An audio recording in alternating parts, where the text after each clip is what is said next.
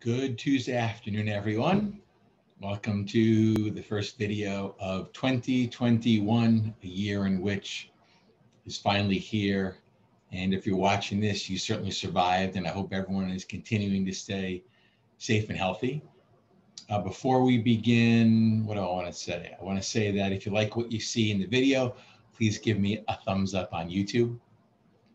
Today, I keep saying it's another short update. This one I'm going to try to keep much shorter because this is always my busiest time of year. I have the most deliverables in the shortest period of time.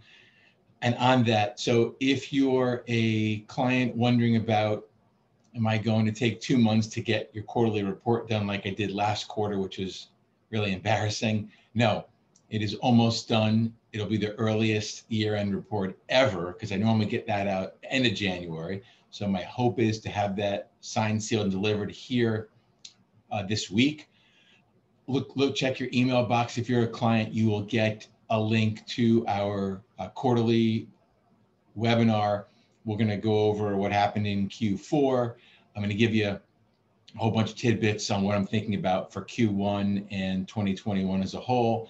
And we are going to review all 15 strategies, their performance during Q4, as well as what I see going ahead. That's tidbit number one. Tidbit number two is Friday around 10 a.m. If you live in Connecticut and have the local Fox affiliate, channel Fox 61, I'm going to do a segment on my top financial resolutions. I think I'll have about 15 of them for 2021, how to get off well for the new year. So, and then I will turn that into a video probably next week if all goes according to plan. So those are two tidbits. And what else? My fearless forecast for 2021. I have not started putting pen to paper yet, but I should be doing that shortly because I already have a lot of it sketched out. So you can look forward to that. I may do it as a webinar. I haven't decided yet. I have a bunch of ideas, as I mentioned in some update recently, that things are going to be a little bit different for 2021. I hope we're all out on the road traveling again. In my mind, I need to have something to look forward to.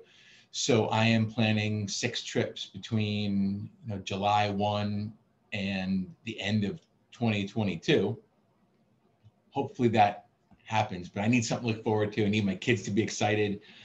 So that's what I'm planning in my mind. We'll see if it actually happens. I can't wait to get back out on the road and see clients again. It's just eerie to do everything either on the phone or over Zoom. I miss the shaking of hands and the hugging, and I don't know if we'll be doing that again. Hope we will. But most of all, I like looking people in the eye and laughing and breaking bread and having a good time. So without further ado, I am going to be super brief on the meat of the video, which is, as I've been talking about for over a month, the Georgia runoff elections are today, right? Because it's January 5th and it's now 1:45.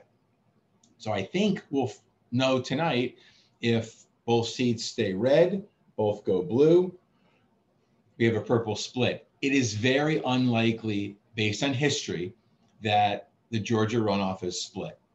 Usually one party wins. Several months ago, I think it was 80-20 that they stay red. I saw recently the betting odds were under 60% that it stays red. So really, the odds have come way down over the last couple of months. And I think the political pundits call it a toss-up right now. It's certainly going to be interesting. The Democrats have outraised Republicans by an absolute enormous margin. So that's point of interest. And I think the Democrats are much more excited about the prospect of flipping the Senate. We'll certainly see tonight. This is not a political discussion. It's not about who I want to vote for and who I don't want to vote for. This is more about your money and the markets. So what concerns me, puzzles me, is this is a known catalyst. This is not like cowards flying planes into buildings. This is a known catalyst, kind of like when the government's going to run out of money. It's a known catalyst. So I'm a little puzzled that the markets don't care at all I mean, yesterday, certainly the first day of the year, markets went down a little more than 1%. Big deal.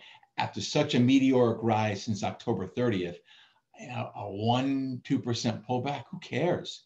Although yesterday it seemed like everyone was all bared up that this is the beginning of something ginormous in the downside and new bear markets beginning.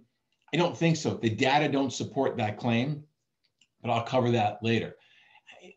As I've said for several weeks, you have epic greed, you have epic euphoria. That's not a perfect timing tool, meaning the minute you get epic greed and euphoria, markets don't roll over. In 2019, we had that period starting in middle of November, right before Thanksgiving, and the markets didn't roll over until COVID hit. So you can have periods of greed and euphoria that don't hit the market yet. But as we saw in 2020, January of 2018, January of 2017, Q2 of 2011, and the infamous dot-com bubble, there is some kind of payback the markets will have for people who jumped in late and threw caution to the wind, and and they didn't ride Bitcoin from 10,000 to 30,000. They started buying it at 25 or 27,000 and wrote it up and wrote it down. This is not the dot-com bubble. I'm emphatic about that. High conviction. This is not the dot-com bubble. I don't think we're on the precipice of a 50% decline. But at a minimum, at some point, which is not going to help you timing-wise, at some point, we should see at least a short, sharp 4 to 8% decline. And I'll talk about that. I keep saying later because that's not the topic of this. This is the Georgia runoff. So I'm a little puzzled that the market's not more concerned. So maybe the reaction, regardless of who wins, is rather muted. I don't know. I do not have a strong feel for the market's outcome tomorrow. I would say this: if the market celebrated the Georgia outcome, whatever the outcome is, in my small mind, that'd be an opportunity to take some profits, pull some chips off, rotate out of some big winner into maybe a laggard, because they don't think in the very short term that is going to move the needle, the election outcome. Now, you may have read the piece I put out yesterday. If the Senate flips blue, I am going to downgrade my thought for the market on 2021 as a whole and 2022. Why? Well, one, we know corporate taxes go up, we know individual taxes go up, and capital gains taxes go up. And this is not a political partisan opinion. This is strictly based on the economy. If taxes go up, there's less money to invest. Period, plain and simple. People can and will save less money. So there's a headwind for the market. And yes, I know, before you email me or at me on Twitter or text me, yes, I do know that if the Senate goes blue, there's going to be a massive stimulus bill in the first 100 days of Joe Biden's term. And it probably is $2 trillion at least. So yes, I do know that. And that's going to juice the economy in quarters, probably 3 and 4. So yes, I do know that stimulus will juice the economy. But I think the long-term hit on the tax front is more significant than the short-term effect of stimulus. So I'll talk more about that, but that's my thinking right now. If markets rally based on whatever happens in Georgia, I think it's probably a selling opportunity. If the market goes down big based on Georgia, which I don't think it will, it doesn't have that feel. I think that's a big decline is a buying opportunity. A small decline is probably a yawner, and we kind of wait and see. Before there is a more significant peak in the market, which may or may not come, because don't forget, the bull market is not even 10 months old. You usually do not see a 10% decline the first year of a new bull market, usually, but these are anything but usual times. So I'm not banking that yet. But if there's going to be a bigger decline than 10% and probably bigger than 15%, I think you would need a single-digit decline first and then another rally to new highs that's much more narrow. And by narrow, I mean there's much fewer stocks and sectors making new highs. So it would be, if this is a war, it would be the troops the rank and file bailing on the generals and the officers, and they got slaughtered eventually. That's, again, that's down the road. It's not in the here and now. So we'll see what happens with Georgia. But I do think, I'm not a big believer that the election can have such huge consequences. This is unusual because we would have unified government.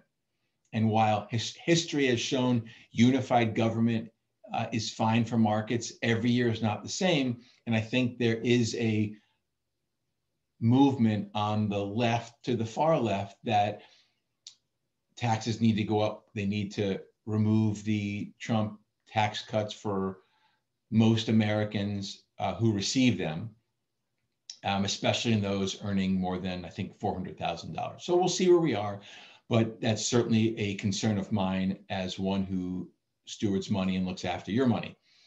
Other than that, happy to answer your questions, comments, concerns. You can always get me on Twitter. You can get me on corporate Facebook. You can get me via email.